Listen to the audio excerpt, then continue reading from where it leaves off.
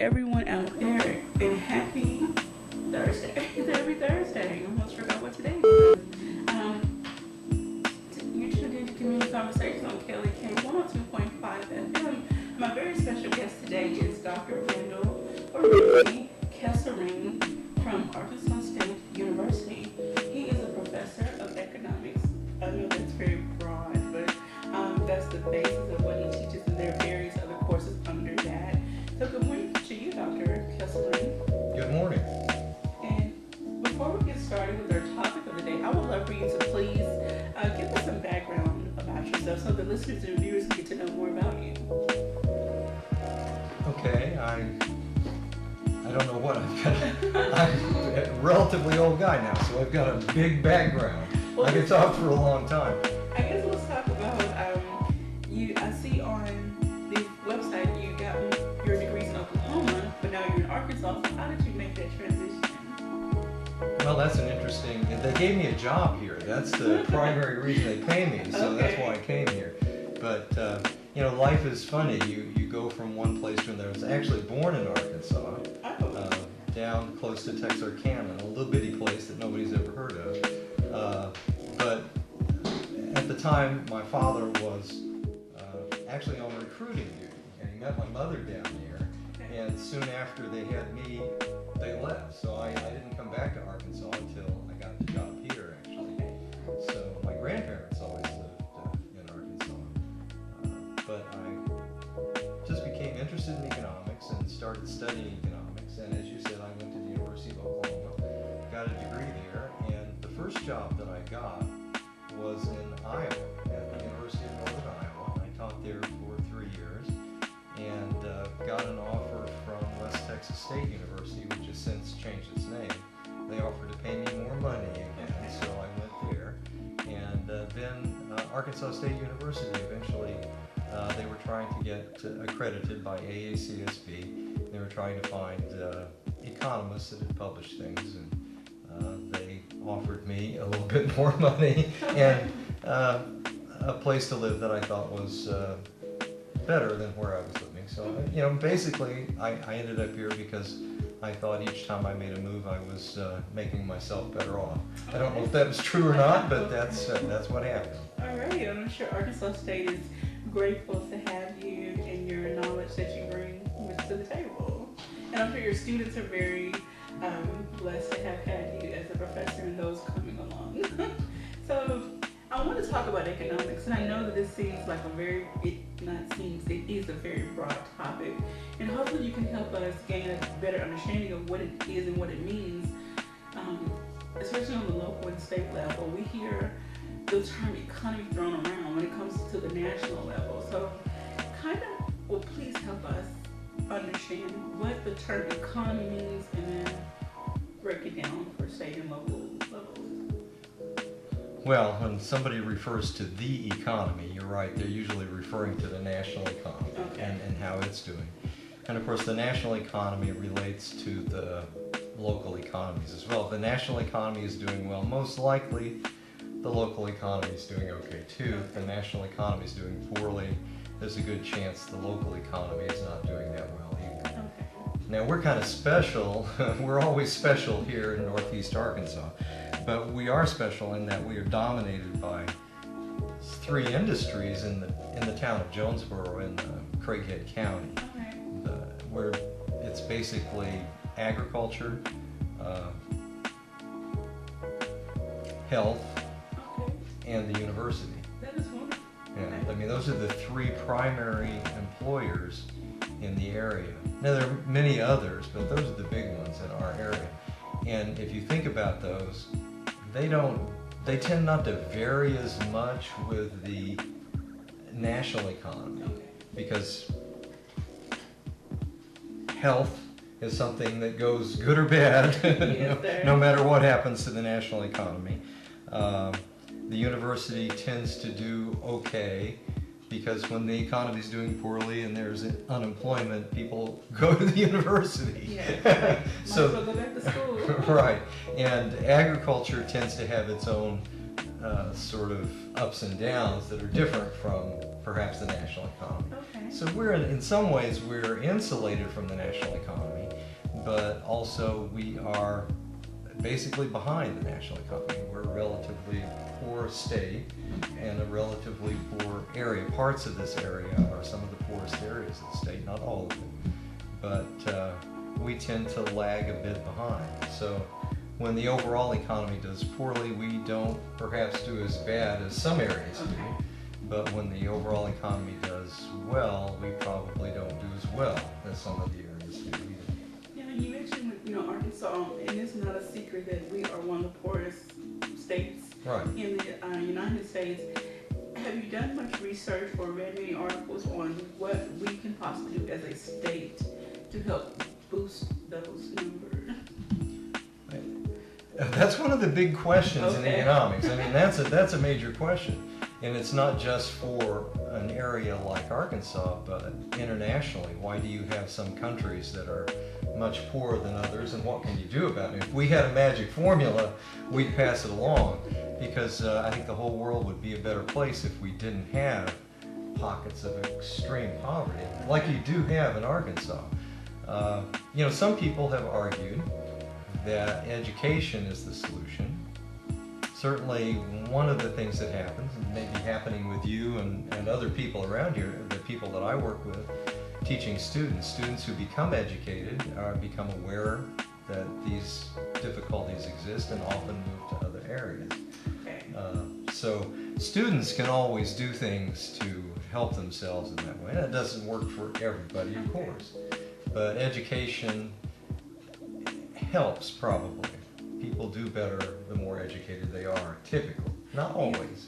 Yes, sir. And I'm learning that as I'm taking courses. I'm studying sociology, and so the more I'm learning, the more I desire to not just help myself, but help other people come out of whatever trenches.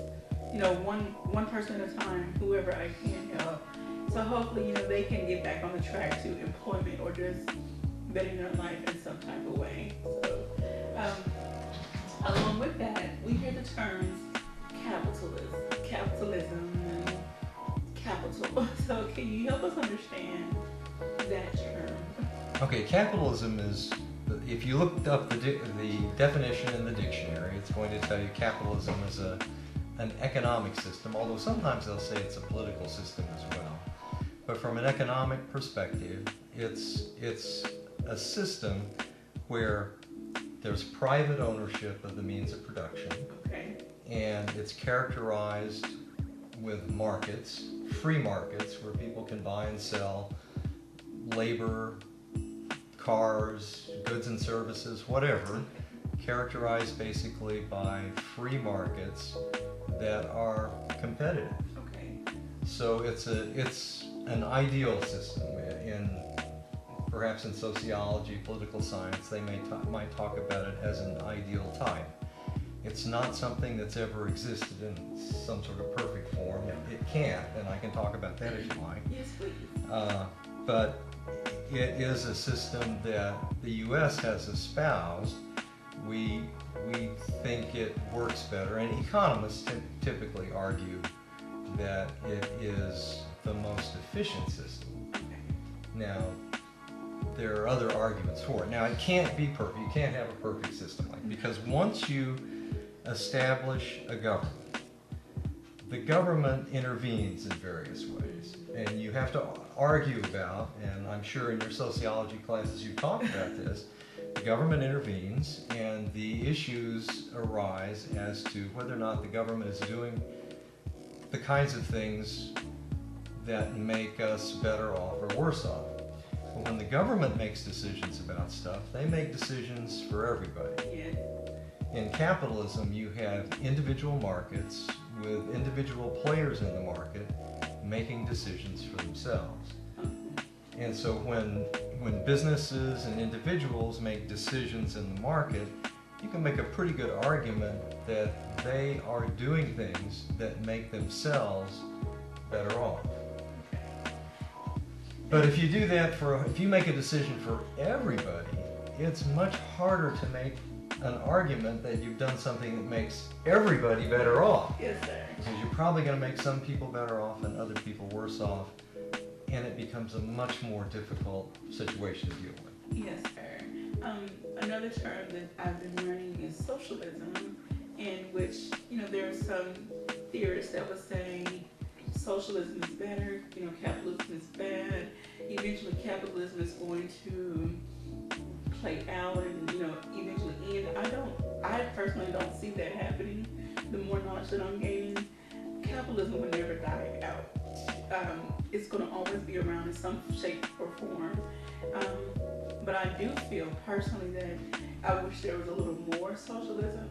I do know the downside of having too much one or the other, it affects an individual. It starts affecting people on an individual level.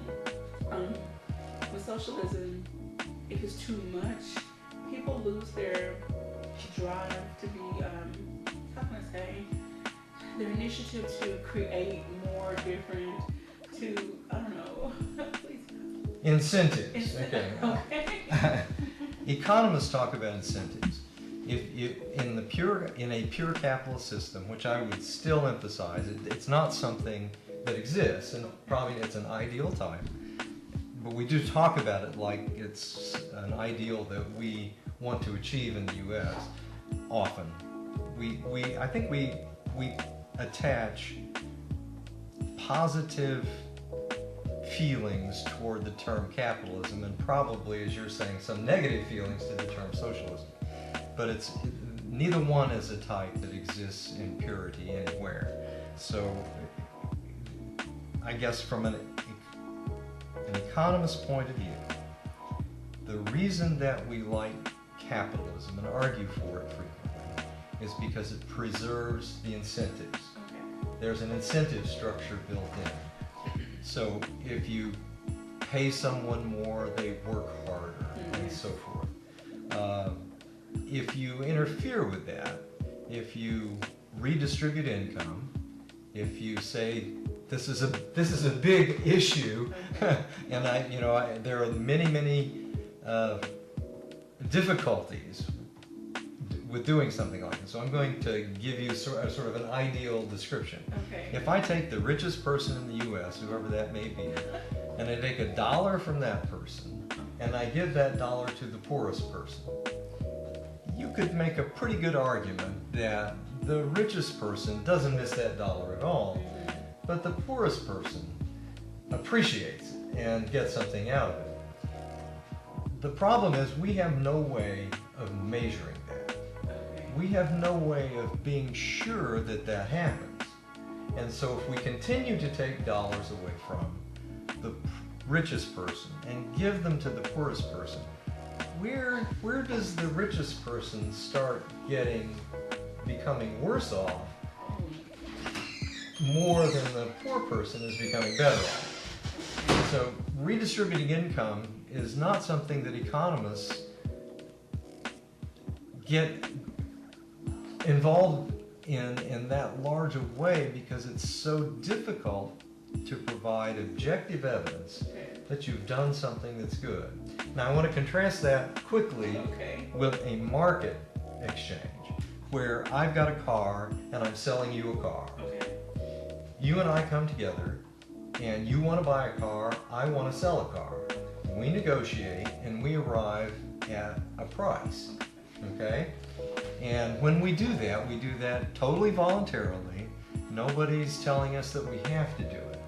So I'm making a voluntary sale. I may miss the car once I've sold it, but I'm selling you the car, and by definition, if I'm doing that voluntarily, I'm making myself better off. Okay. Plus, if you're doing it voluntarily, you want the use of the car, you're making yourself better off. So an economist can be pretty sure in that situation that both parties to the trade are better off. Okay. So contrast that to taking money away from one person and giving it to another. And we don't always do it this way. The government does not always take money away from wealthy people and give it to poor people. In fact, there are many programs that do exactly the opposite. Okay. So, I mean, the government, in order to operate, has to collect taxes, and it collects taxes in a number of different ways. And it takes those taxes and spends them. And when it spends those tax dollars go to other people. And often it's very difficult to figure out what the distributional impact is, whether or not you're taking money away from poor people and giving it to rich people, or taking money away from rich people and giving it to poor people. When we do that, it's very difficult for an economist to figure out whether or not, because we emphasize measurability and the scientific aspects of what we do, it's very difficult to figure out, impossible. We've come up with the idea that it's impossible to figure out, when you do that, whether or not you're making society better off or worse off. Okay. I've seen a lot of those arguments all over. Unfortunately, Facebook has been kind of my go-to, not necessarily just for news and information, but people post a variety of articles and videos, and so that's what I use right now. And then sometimes I'll do some deeper research on other websites just to get some other insight into that particular topic. Of course, I don't use Facebook as my only go-to source, so don't shoot me for that. Another thing I wanted to talk about, okay, we talk about economy. We don't know when the government is helping, when they're hurting, it's hard to gauge that. There's been a lot of conversation about, back maybe a few months ago, Mark Zuckerberg, the creator of Facebook, came up with this idea of basically a flat or even income. And there was a lot of uproar, a lot of talk about, yes, he says that because he's already in the upper tier. How would he feel dropping down a few levels and sharing his money and things of that nature? So I guess my point is, there are a lot of people who say a lot of things that are already in the upper tiers, but if push came to shove, and how would they really feel? How would they, when it comes time to show and tell? Okay, Mark Zuckerberg says a lot of stuff, and I'm not familiar with exactly what he said there, so I don't know. I'll try to find it. Okay, I don't want to pick on Mark Zuckerberg. He might ban me from Facebook. No. I just kind of want to get your idea of, just using him as an example, since he openly made a comment about that. There are other people who do have, extreme amounts of wealth, who make comments. I don't know any names offhand, but they have this idea of, I want to do this, I want to do that. Let's create a system of equality and this, that, or whatever. But if it came down to it, and they had to give up a portion of their money, or a portion of their assets, would they be singing the same tune? Well, some of them I think probably do. I can't. I'm not one of those people, so I can't speak for them. I wish I had that problem. But I think certainly some wealthy people find ways to give back. Okay. I don't know about Mark Zuckerberg, but some do, some maybe don't. That's a really difficult argument to make. Okay. All those are hard arguments. Now I will say this, for a very long time, well, this is, and I'm going to bend some history here a little bit.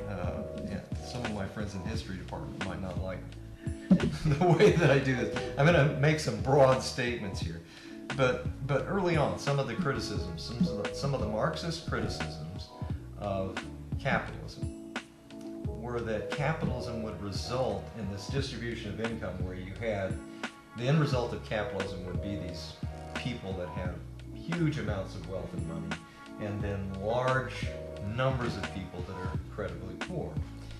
But it didn't work that way in the capitalist countries. For a very long time, what we were finding was that capitalist countries like the US and Western Europe actually had distributions of income that were probably more compact than, say, third world countries and countries that tended to be more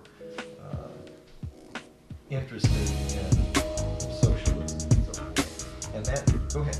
Oh, well, we're just going to take a quick break. Okay. And I didn't want you to run out of time, with your comments. So we're going to take a quick break. So you can join our conversation at 870-277-1080 or leave us a message on our Facebook live stream. We're speaking with Dr. Rachel Keeselring, Arkansas State University, and we're discussing the topic of economics. We would love to hear from you, and we'll be right back. You're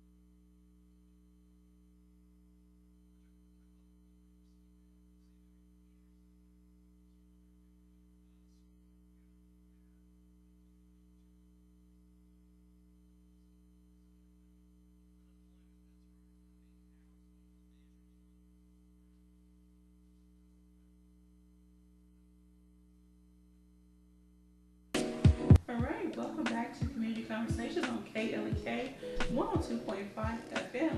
As I stated before, we're speaking with Dr. Randall Keeselring from Arkansas State University. He's a professor in the economics department. And I know this is a kind of a broad topic, but we're going to try to help, he's going to try to help you all understand some of these terms that we hear on an everyday basis. So he's going to finish up the statement that he was making before we went to break concerning income and wealth distribution. Well, like I said early on, the Marxist idea was that the advent of capitalism is going to create this massive amount of wealth at the top of the income distribution, a large number of people below at much lower income levels, and that didn't happen. I mean, historically, that just didn't happen. To the best of our ability to measure it, it didn't occur in the U.S. or any of the Western developed economies, which was the idea that would happen. But we began measuring a change, and it wasn't just in the U.S. It's also true in Western Europe. We began seeing a change in that about 15 to 20 years ago, maybe even further back. It's difficult to measure these changes. Okay. And the distribution of income in the U.S. has been moving in a way where the rich have been getting richer significantly and the poor getting poorer. And I think that's why you see, so that's a major change. That's a big change in economics, because it means that we're seeing a change that we didn't think was happening for a long time. And I think that's showing up in the political arguments now, and may have led to some of your concerns. Okay. Yes, sir. I mean, on a personal level, I would love to see, and I know this is, in a perfect world, people would be more equal than having such big gaps in between the wealthiest and the poorest. Even people that are living in the statistical poverty line would still be doing well enough that they're living their life more comfortably than the majority are at this point. But over time, I pray that we will start seeing some rise in those levels, but I don't know if it'll be in my lifetime. Well, I do think it's up to it is up to the government to watch and be aware of these things, because you and I, there's nothing you and I individually can do to affect the distribution of income, but the actions the government takes can affect the distribution of income. And I would, if Congress listened to me, and I'm sure they don't, but they should at least consider that impact for every taxing and spending program that they undertake. Because every taxing and spending program that they undertake affects that distribution, and they should at least give it some thought. Okay, speaking on taxes, and again, this is way out of my area of expertise, but from the outside looking in, I have this perspective. We have so many corporations that either send their jobs overseas or they send their money to overseas banks, and so they avoid a lot of the taxes. They get through these loopholes and they avoid the taxes that people who have their businesses here and who don't have a choice, they don't have to pay such high premiums. So is there any way the government can step in and maybe start regulating a little more? Okay, we need you to pay your fair share here. Your business is centered here, even though your jobs may be somewhere else. We've known about the banks in like Switzerland and different places that have a lot of American money, but the main corporation is here in the United States.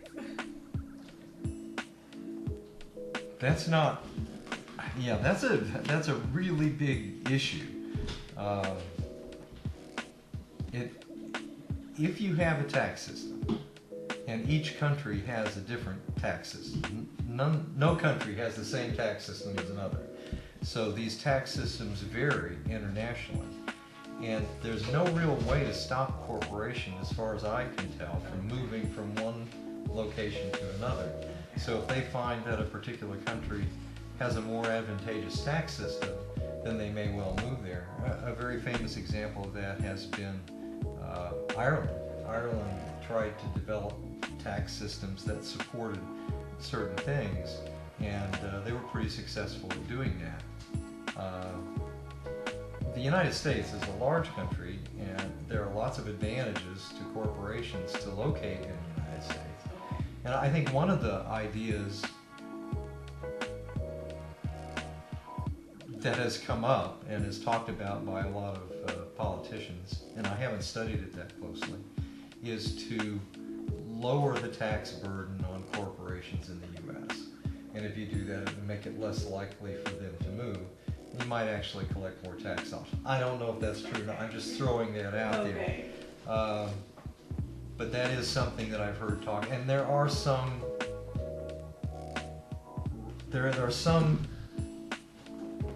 economic arguments for doing that sort of thing. But I don't know if you want to talk about those or not. I could talk forever about this stuff. You said you want to talk about unemployment in particular. Yes, sir. During my reading, and I know that economics and sociology are two different courses, but somehow some of it ties in a little bit. There was discussion in one of my textbooks about, unemployment is essentially necessary. A certain level of it is essentially necessary. The way the book talked about this particular topic is, and this was on the topic of inequality, and if everyone was in a higher paying job, everyone was on a certain level, it would cause an imbalance in the economy to some degree. So some unemployment, there's some things that are needed that we don't see as fair to help keep the economy balanced and help to keep things functioning.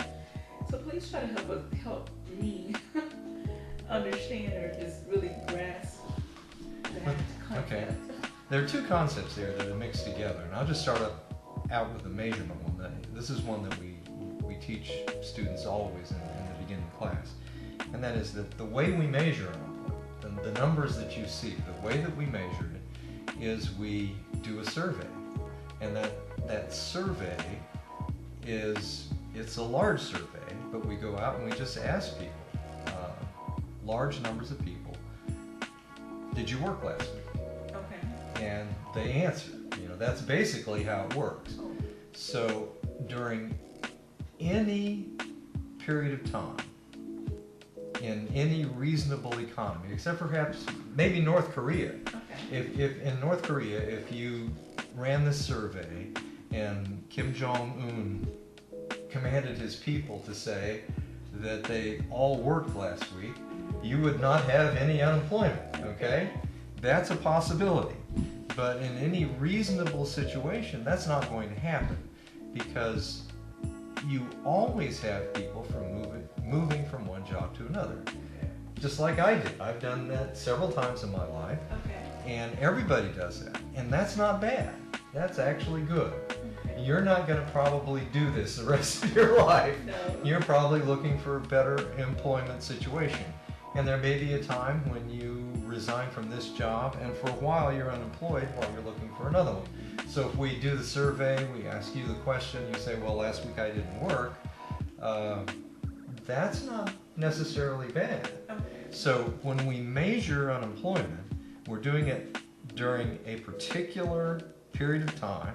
We're asking people, it's a fixed period of time, we're asking people, did they work last week? That's literally it. So if you didn't work last week, then perhaps you're unemployed. There are different ways of thinking about that. But if you did work last week, you're definitely employed. Okay? So when you do that survey, you're always going to have people who didn't work last week. And it's not making a judgment about whether they should be or should not be. Now, I think that's getting mixed together with the idea of something we call the natural rate of employment or the natural rate of unemployment. If you look at how the macroeconomy performs over a long period of time, the average growth rate of GDP in the U.S. for a significant period of time is somewhere between 2.5% and 3%. That's what we expect.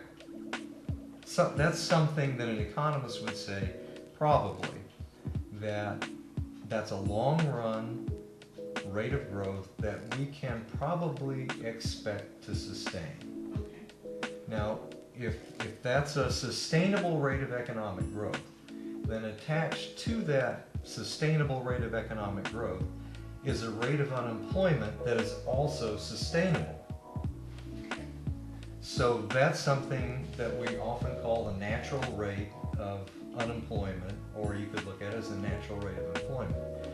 If you start going above that level, you're getting an unemployment rate that's higher than that, then you're probably having some kind of economic downturn, like a recession. Recession. And that could be businesses not doing well, so they're laying people off, or Right. Product is not moving off the shelves, Right. which was a result of people not working, less money coming in, less shopping. So on and on, it affects the economy. Right. Okay. But the idea is that there's a sustainable rate of growth, and there's also a sustainable rate of unemployment attached to that. It's possible to do better than sustainable. If you do better than that, then typically there's upward pressure on prices, and so people are trying to buy goods that there aren't enough goods being produced. It pushes the prices up, so it goes in the other direction. Now, I don't think that doesn't mean that economists aren't concerned with people who are unemployed. Okay. And when you study the unemployment rates, what you see is that most of the time, even during a downturn, like we experienced in 2007, that's probably the largest financial problem we've ever had in the U.S. It was huge. That was a mess. But even during that downturn, most of the unemployment in the U.S. was relatively short-term. Maybe 3 months to 6 months, something like that. When unemployment starts getting longer than that, then those are people you need to be concerned with. Okay. Those are people who are looking for jobs and can't find jobs in the long term. And we hear this a lot, I just cannot find a job. But then you see companies that are advertising, help wanted, position available, whatever the case may be. Is it that the company is either too selective in their process, or there are just not enough qualified people to fill those positions? Yeah, that's an example actually I use in my class. We had a president a long time ago who used to do that when he was Ronald Reagan, the great communicator. When he was experiencing economic difficulty, unemployment rate was rising during his administration. He was unhappy about it. So one of the things he used to do was grab a copy of the New York Times. This doesn't work as well anymore. Flip it open to the classified ads and hold it up for the television. Look at all these ads for people. If people are unemployed, they should be applying for these jobs and taking these jobs. But if you look more closely at the jobs may well be things like neurosurgery. We need a neurosurgeon, right? Okay, so neurosurgery pays really well. It pays better than economics. So, maybe if I have become unemployed, Arkansas State University fires me, I could apply to be a neurosurgeon. Okay. Now, the people that I might work on wouldn't be happy about that if I was hired, because I have no skills whatsoever in neurosurgery. So, you do have this problem. You have an economy, especially in the U.S., that changes rapidly. Okay. And technologically speaking, it changes very rapidly. Yeah, we all know that, right? Technology makes this radio station a possibility, and it didn't used to be like this. Okay, so these things change a lot, and that means that the jobs that we need to perform and able to become employed become different. They change a lot. My job has changed dramatically in the past 20 years or so. Yes, technology affects us as well. So we have to do very different things. Some things are much easier for me to do now. Some things are perhaps more difficult because I have to learn new things all the time. And that means that when you have people whose skills, and this became a real problem in 2007, 2008, people whose skills technologically have become out of date. then those people, especially if they're a little older, then they are going to have a very difficult time finding a new job. In fact, the only viable way for them to get reemployed is to become retrained. And people who are 55, 60 years old don't want to become retrained. And it's very difficult. And so we had, as employment problems go, at that time we had a significant employment problem because we had people, older people whose skills had become outdated, and there really wasn't any way to get them employed without getting them retrained, and they clearly didn't want to do that. So there was this gap. You have people who maybe fit the age requirement, but they weren't certified or trained enough to fill those positions. But then you had the older generation who had the experience, but maybe not enough training still to fill in the requirements. So there was this clash. They're open jobs, but those jobs require skills that people didn't possess. And so you have job openings continuing because you can't hire people that can't do the job. There's no point to that. So the job openings continue to exist, and the people who want to find jobs, the unemployed, they continue to exist as well. And they exist together, and they can't get together because of the skill problem. Oh wow. Did that issue contribute to, I'm thinking, is that during the same time frame when people were buying houses left and right, and then all of a sudden people were losing their houses left and right? Was that during that same time frame? That happened during the same time. Okay. A little bit later. The unemployment problem happened a little bit later, but Okay. yeah, it happened at the same time. So is that, do you think those two issues contribute to each other, or Well, I do think they have any correlation to each other at all? yeah, the financial crisis definitely led to the employment problem. Once the financial crisis began to occur, it was huge. It affected people's incomes, and once you affect people's incomes, they can't buy stuff. You can't buy stuff. The producers aren't producing stuff, and you have this huge problem. Okay, so do you see any hope for the future? Will we? I'm gonna say will we ever? I'm a dismal scientist. That's what they call us, the dismal science. It's like, okay, do you foresee it, or is there any way through statistics, past, present, to predict what the future may hold when it comes to economic growth between individuals or companies, or? The future is not something that I can predict.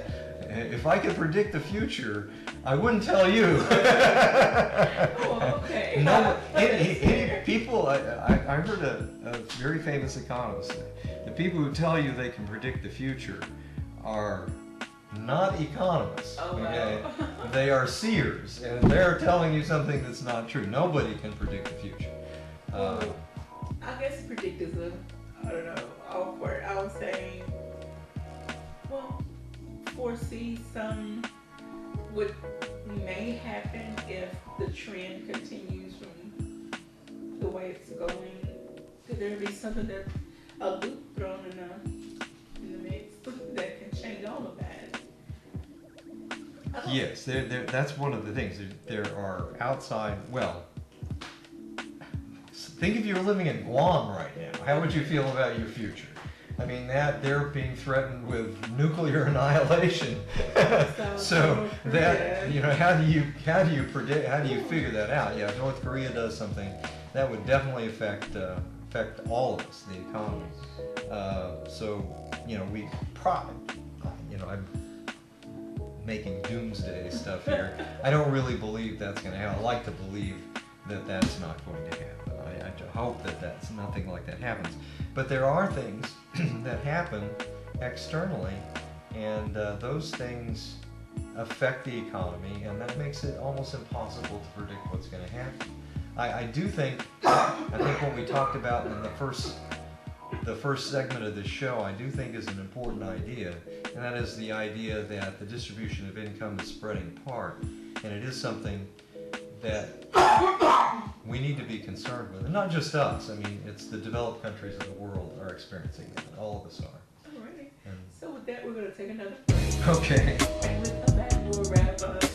Now, I apologize, this topic has been so broad. I hope people are getting something out of it. It helps me to understand a little bit more about the topic of economics. But of course, it would take more than 1 hour to even scratch the surface of what this topic is all about. So we'll be right back after these announcements. Please do not go anywhere.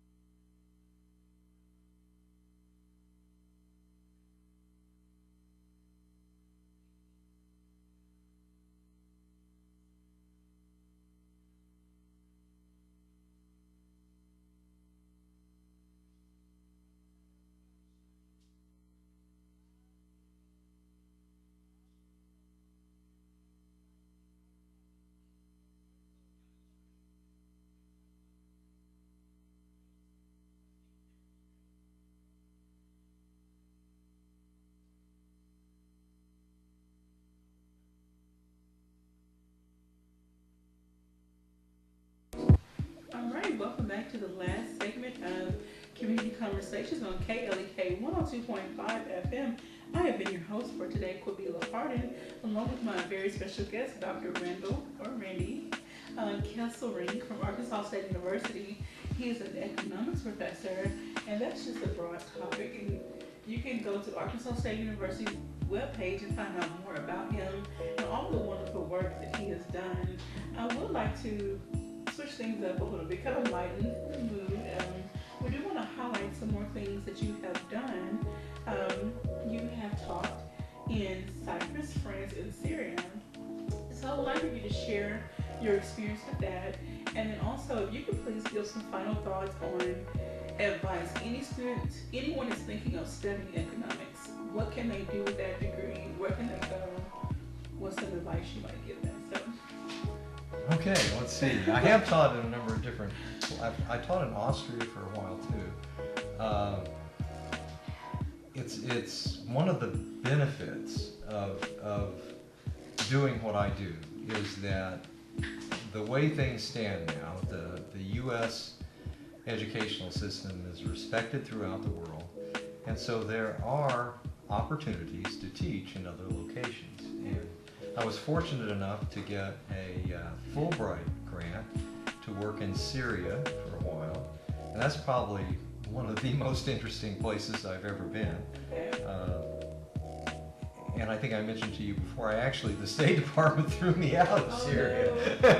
No. What was going on at that time? That was the time when we were beginning to, the Bush administration was going to invade Iraq, and they wanted all American citizens out of the Middle East, and so they, certain parts of the embassy they completely cleared out before I left. And they basically sent out a message, which was difficult to get at the time. It was very difficult to get because we didn't have I didn't have a cell phone that worked with their system, and it wasn't that advanced at the time. So getting a phone call from the embassy was difficult. You had to go to a place that had telephones. Because the university didn't have telephone service, so I went to a place that had telephones, called the embassy. I can't even remember now how I got the message that I had to call them. They told me I had to leave. But Syria was a very interesting place, and I feel very bad about the situation in Syria now. The students that I met and lectured to there, that I became friends with, all are no longer in Syria. They found ways to get out, which I'm happy about. And I've seen some recent videos of individuals just trying to live from day to day. They have been reduced to living in tents and makeshift shelters because of recent other events that have transpired. Right. They actually had a viable economy when I was there. It wasn't the best economy in the Middle East by any stretch of the imagination, but it was viable. It worked. People, though they generally had to have more than a single job, were able to take care of themselves, and they produced things. Now that's not happening. Yes, sir. Well, I hope that at some point they can rebuild. We don't know what their future holds, but I do hope they can rebuild. I do too. Okay, so I would like to switch gears and talk about students who are thinking about studying economics, students that are already in the field. Where can they go? What can they do? What is your advice for them?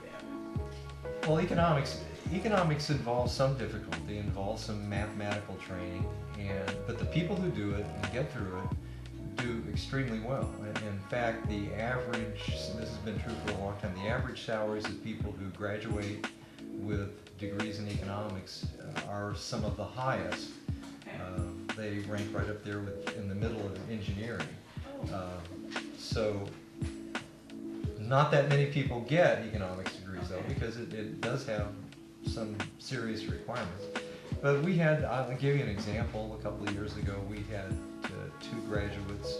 Both of them went into the banking field at the time. I think they were doing bank examination on the national level.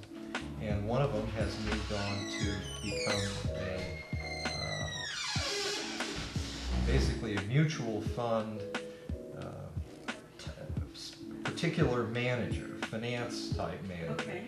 selecting funds for, I believe it's the Ohio teacher retirement system, Okay. which for him is it's a great deal. He really likes it. He gets paid really well, and he's done extraordinarily well. So we've had a number of people do really well with economics degrees.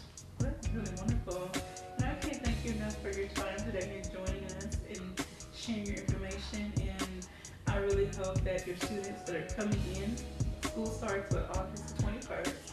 And so, what classes will you be teaching this fall? Well, this fall I'm going to be teaching international trade and principles of macro, several sections of that. Okay. And those are fun classes to teach. International trade is a class that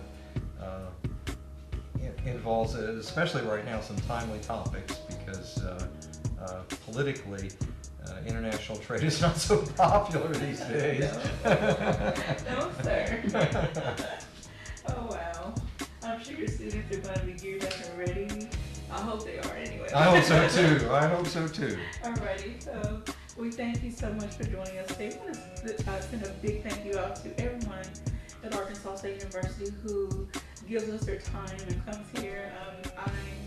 You all help us bridge the gap between the university and the community and help individuals get a deeper understanding of something they maybe not have had the opportunity to. So we thank you for that. I'd like to give a thank you to Tom Moore, who organizes these things for us. Mr. Cole. He's really good at what he does, and he makes it easy for us to do these things. Yes, sir. And tomorrow we'll have another professional from Arkansas State University. Oh, Lord, Mr. Christopher. Shoot, I forgot his last name. Just that quick. Arnhart. Mr. Arnhart will be coming to talk about mindfulness and meditation. And Oh, I'll have to listen to that one. I need that. yes, sir. So hopefully he can help me focus, especially now I'm going into my last week or the last week and a half of my summer session. I need to stay more focused than ever to finish writing my final paper. So, all right, you've been tuned into Community Conversation on Kelly K 102.5 FM. And once, as always, we'd like to thank our listeners and viewers and sponsors for supporting us. Stay tuned. Don't